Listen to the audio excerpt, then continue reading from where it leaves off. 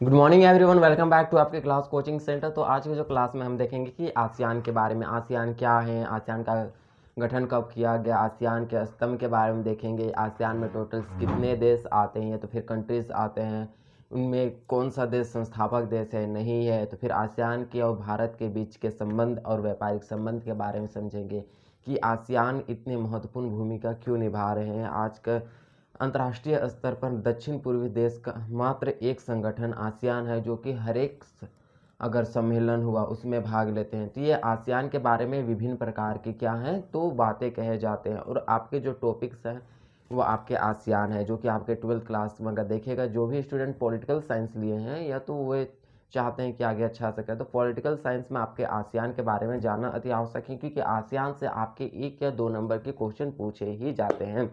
तो सर्वप्रथम हम देखते हैं कि आसियान क्या है। तो आसियान को देखने से पहले, हम समझने से पहले हम देखेंगे कि इसके नोट्स क्या हैं। आप इसे नोट्स प्रॉपर ढंग से लिख लीजिए अगर चाहते हैं तो, फिर ताकि आपको कोई दिक्कत ना हो, आप आराम से समझें। ये आपके नोट्स हैं, आप देख सकते हैं। यहाँ पे ट्रिक्स भी हैं, ये आप देख सकते हैं।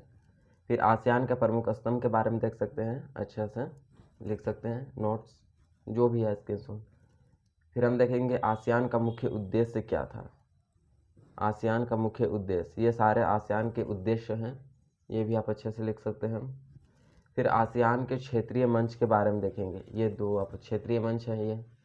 फिर हम लास्ट एक टॉपिक देखेंगे, भारत और आसियान के बीच के संबंध, कि भारत और आसियान के बीच के संबंध क्या है, इन सभी के बारे में देखेंगे। तो आप इतने सारे नोट्स कंप्लीट कर ले तो आप समझने के लिए क्या रेडी हैं, आप अच्छे से तैयारी के लिए बैठ जाइए। आप बस आपको समझना है टॉपिक्स।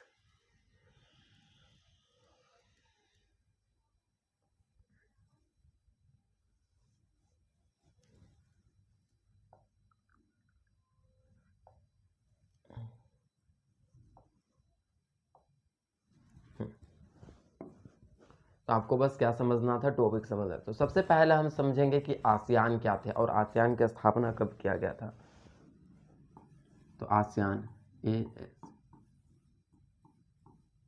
आसियान, तो आसियान का पहले फुल फॉर्म देखेंगे।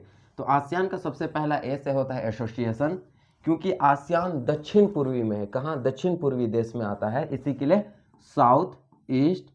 फिर वह एक संगठन है, इसलिए एसोसिएशन। एशियन, फिर क्या है ये? नेशन। तो association south east Asian nation, ये क्या है? आसियान के फुल फॉर्म है। आपको यह जानना है, ये आसियान के फुल फॉर्म है, ठीक है। आसियान, आसियान, ठीक है। तो हमारा मेन टॉपिक रहेगा आसियान। आसियान के बारे में समझेंगे। यदि आप भारत का नक्शा देखिएगा, यदि आप भारत का नक्शा देखिएगा, तो इधर है आपके क्या है, इधर आप इधर चल जाइएगा तो इस तरह से आपके हैं अरुणाचल प्रदेश,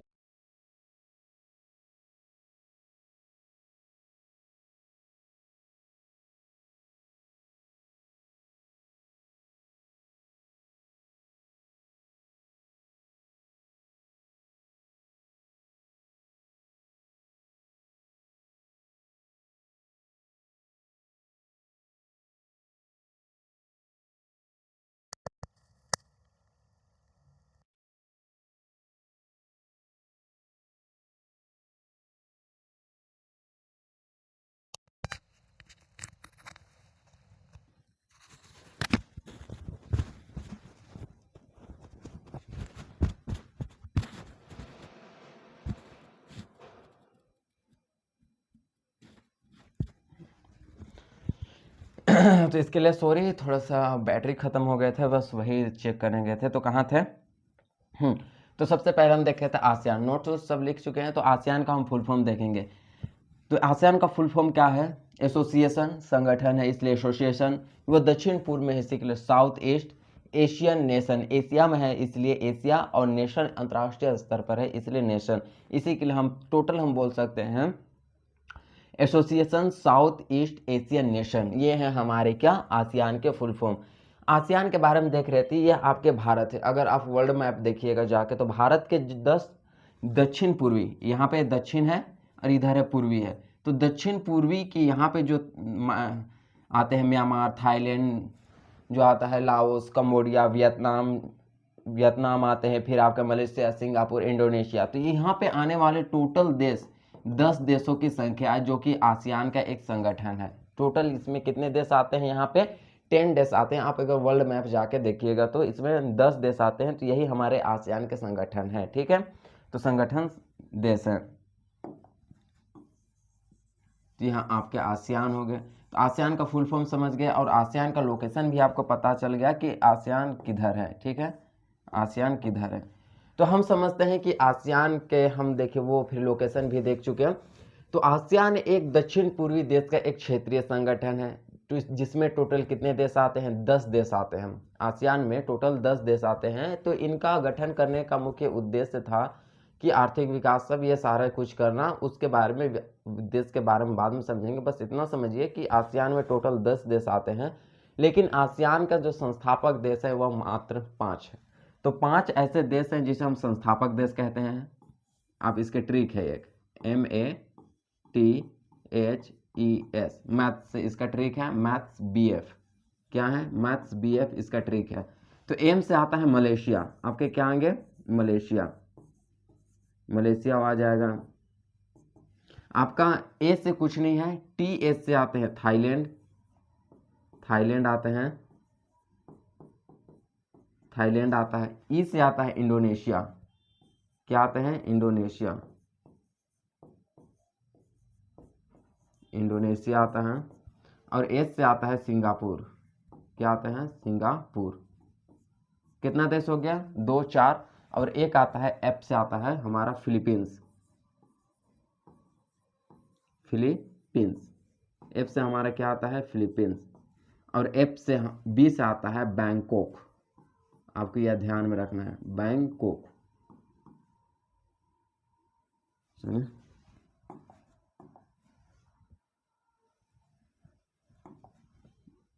बैंकॉक, ठीक है।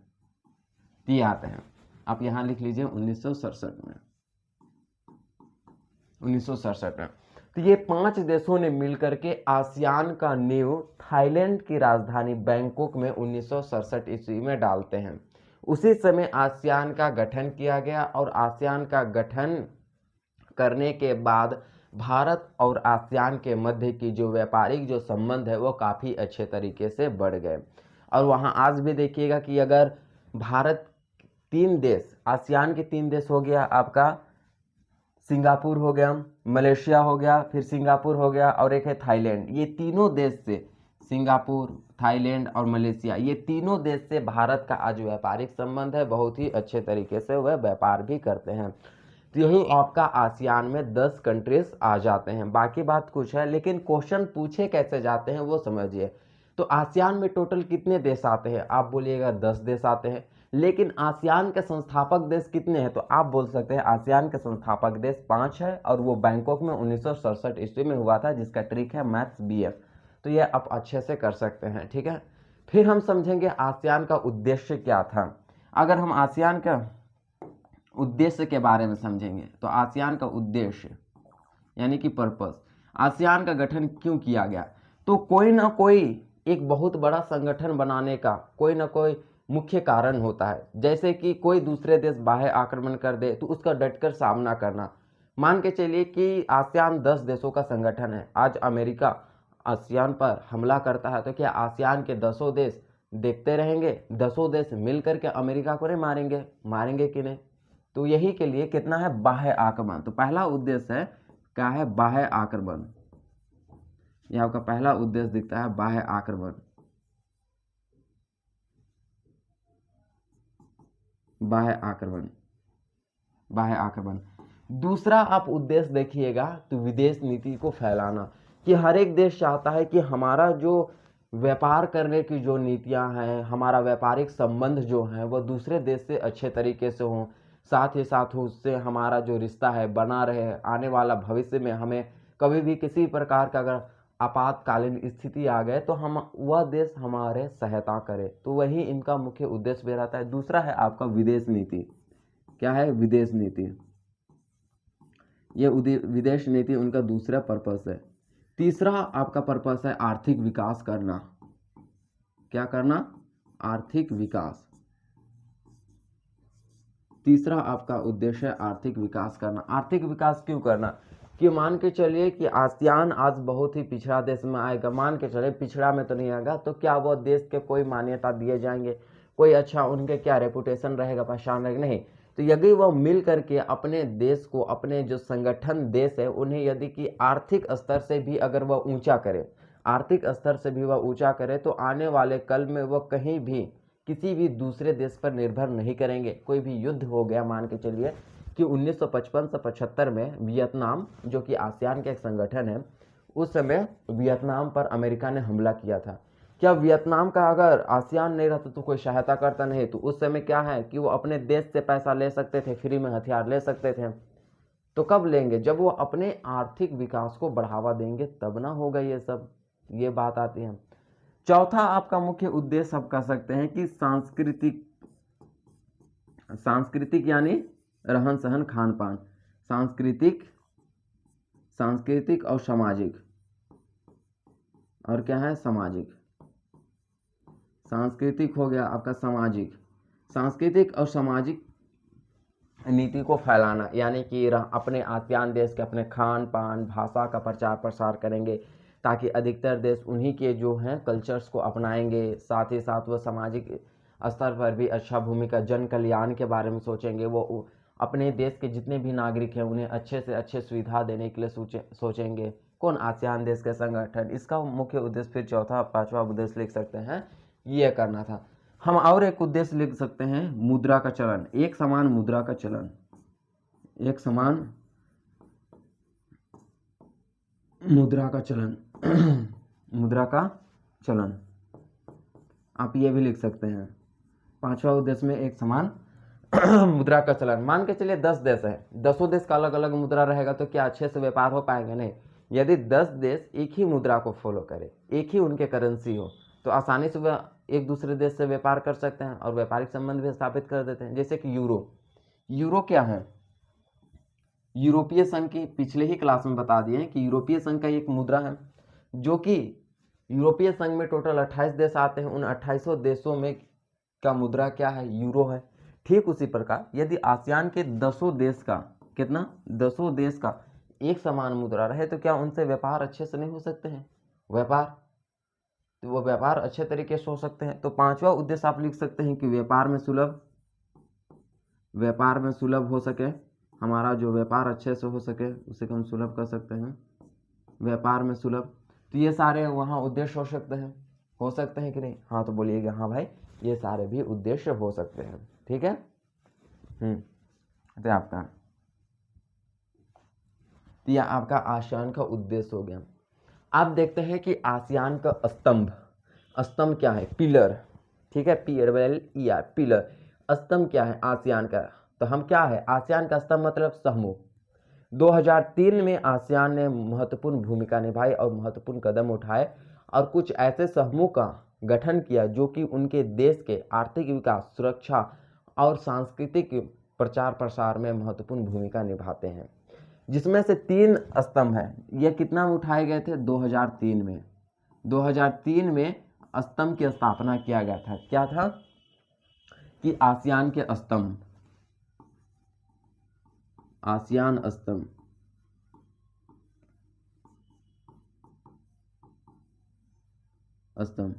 ये कब अपनाया गया था? 2003 में, आसियान के स्तंभ। तो अब बात करते हैं तो आसियान के कितने स्तंभ हैं? आसियान के 3 स्तंभ होते हैं। पहला है हमारा आर्थिक समुदाय, दूसरा है सुरक्षा समुदाय, तीसरा है सांस्कृतिक एवं सामाजिक समुदाय। तो पहला हम समझेंगे आर्थिक समुदाय। आर्थिक समुदाय के बारे में आप पहला अच्छे से जानिए, समुदाय क्या है? तो आर्थिक समुदाय क्या है? पहला तो आर्थिक समुदाय का मुख्य उद्देश्य 3 चीज है।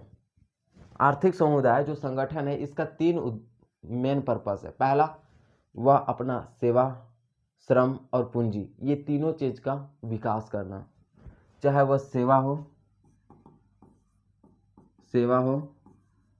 वह श्रम हो, या तो फिर हम निवेश कर सकते हैं या फिर पूंजी कर सकते हैं, निवेश हो। ये तीनों चीजों को बढ़ावा देना, यही इनका मुख्य 3 उद्देश्य है आर्थिक समुदाय का। दूसरा समुदाय हम देखते हैं सुरक्षा समुदाय। क्या होते हैं? सुरक्षा समुदाय। सुरक्षा समुदाय। हमारा सुरक्षा समुदाय के क्या उद्देश्य है? मान के चलिए 10 देशों के मध्य कभी भी आपसी झड़प हो जाते हैं, कभी भी आपसी झड़प हो जाते हैं, तो उस समय क्या करेंगे? ये 10 देश हैं, 10 देश मिल करके 10 देश मिल करके सारे विवादों को सेना तक ले जाना। तो विवादों को सेना तक ले जाना, जो विवाद है उसे सेना तक ले जाना, सेना तक। ठीक है, तो जितने भी विवाद हैं उनको सेना तक ले जाना सुरक्षा समुदाय का मेन उद्देश्य या तो फिर पर्पस है। तीसरा मुख्य उद्देश्य है हमारा, तीसरा मुख्य उद्देश्य है सामाजिक एवं सांस्कृतिक, या तो फिर सांस्कृतिक, सांस्कृतिक बोल सकते हैं या तो फिर सामाजिक, या फिर हम बोल सकते हैं इसे सामाजिक और सामाजिक, सामाजिक समुदाय। इसका उद्देश्य है सुरक्षा समुदाय का विपरीत सोचना। सुरक्षा समुदाय का विपरीत सोचना किसका पर्पस है? तो सांस्कृतिक एवं सामाजिक समुदाय का, सांस्कृतिक एवं जो सामाजिक समुदाय है उसका विपरीत सोच है। सुरक्षा जो समुदाय है वो सोचता क्या है कि जितने भी हमारा जो विवाद है, सेना विवाद होंगे उसे सेना तक ले जाना। लेकिन सांस्कृतिक समुदाय ऐसा नहीं सोचता है। उसका सोचना का मामला ये है कि कोई भी विवाद हो रहा है उसे हम सेना तक क्यों ले जाएं, सेना तक उसे हम क्यों ले जाएं? हम उसे आपसी वार्तालाप, बातचीत और समझौते के द्वारा भी तो उसे हम सुलझा सकते हैं। सुलझा सकते हैं कि नहीं समझौते के द्वारा? हाँ, बस वही है, समझौते के द्वारा भी सुलझाना, समझौता कराना, समझौता कराना, विभिन्न देशों के मध्य समझौता कराना। इसका मुख्य उद्देश्य है कि विभिन्न देशों के मध्य समझौता कराना। यही है आसियान के ये 3 स्तंभ हैं जो कि 2003 में आसियान के द्वारा स्थापना किया गया था और इनका मुख्य उद्देश्य ये सारे काम करने थे। इतने आपको समझ में आ गया? फिर हम देखते हैं आसियान क्षेत्रीय मंच। क्या आसियान क्षेत्रीय मंच, ये क्वेश्चन में पूछे जाते हैं। ठीक है, आसियान क्षेत्रीय मंच, क्षेत्रीय मंच, आसियान क्षेत्रीय मंच 1994। आसियान क्षेत्रीय मंच की स्थापना 1994 में ईस्वी में हुआ था। तो आसियान क्षेत्रीय मंच की जो स्थापना हुआ था वह 1994 में हुआ था। तो आसियान क्षेत्रीय मंच का मुख्य उद्देश्य क्या था? 2 ही मुख्य उद्देश्य था कि आसियान में जितने भी संगठन देश है उनका आर्थिक विकास करना। क्या करना? आर्थिक विकास करना, आर्थिक विकास करना, आर्थिक विकास करना। और ये पहला उद्देश्य था। और दूसरा उद्देश्य क्या था?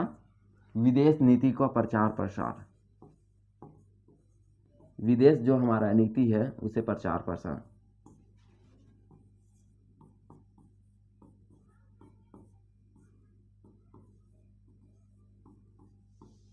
तो यही इनका उद्देश्य था। तो आसियान क्षेत्रीय मंच के अगर पूछेंगे कि आसियान क्षेत्रीय मंच क्या है, इसकी स्थापना कब हुई, तो आप बोलिएगा 1994 में स्थापना हुआ। इसका मुख्य जो पर्पस है आर्थिक विकास करना, विदेश नीति का प्रचार प्रसार करना, यही इनका मुख्य उद्देश्य है। आप इन सब के बारे में आप अच्छे से लिख सकते हैं। ठीक है, फिर हम देखते हैं कि आसियान और भारत के बीच का संबंध,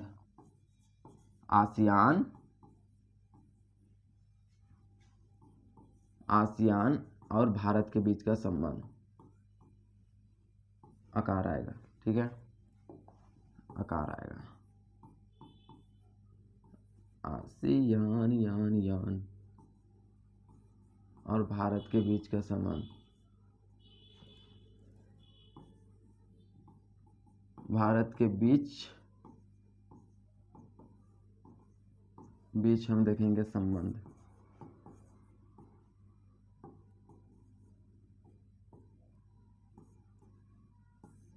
आसियान और भारत के बीच का संबंध हम देखेंगे। तो आसियान और भारत के बीच का क्या संबंध है, आप बता सकते हैं? कोई भी है कि आसियान और भारत के मध्य की संबंध की स्थिति बता सकते हैं।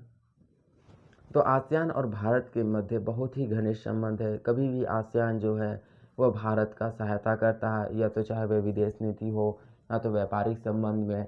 तो आज भारत है वह आसियान के 3 देश हो गए, जैसे कि थाईलैंड हो गया, मलेशिया हो गया, सिंगापुर, इन तीनों से अपना विदेश नीति को बहुत ही अच्छा और सुदृढ़ बनाए हुआ है। साथ ही साथ देखेंगे कि इनके व्यापारिक संबंध बहुत ही अच्छे हैं दोनों देशों के मध्य।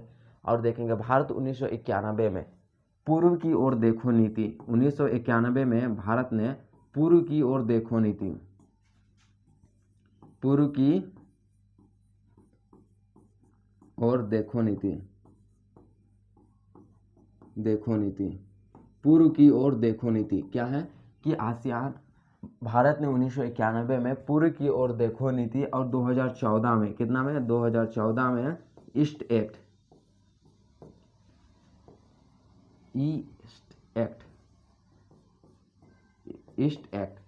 की नीति भारत ने अपनाया। क्यों? क्योंकि आसियान का इतना विकास देख करके भारत के नेता महाशयों ने कहा कि पूर्व की ओर देखो, आसियान आज इतना छोटा संगठन है जो कि काफ़ी ऊंचा तक पहुंच गया। भारत भी तो एक संगठन में आता है, सार्क के अंतर्गत आता है। सार्क भी हमें पढ़ना है, सार्क क्या होते हैं, जो उसमें भी तो आते हैं। तो आसियान और भारत के बीच में यह व्यापारिक जो संबंध है काफ़ी तो मस्त है कि नहीं? और बोलेंगे बिल्कुल बहुत ही अच्छा है। तो इस तरह से हम देखते हैं कि आसियान और भारत के मध्य की व्यापारिक संबंध। तो अभी यहाँ पर इतने ही चलते हैं, फिर हम नेक्स्ट क्लास में इसके आगे देखेंगे कि चीन और भारत क्या है, चीन के विशेषताएं देखेंगे, चीन और भारत के संबंध के बारे में देखेंगे। तो यहीं तक रुकते हैं। नेक्स्ट क्लास में हम फिर मिलते हैं। धन्यवाद।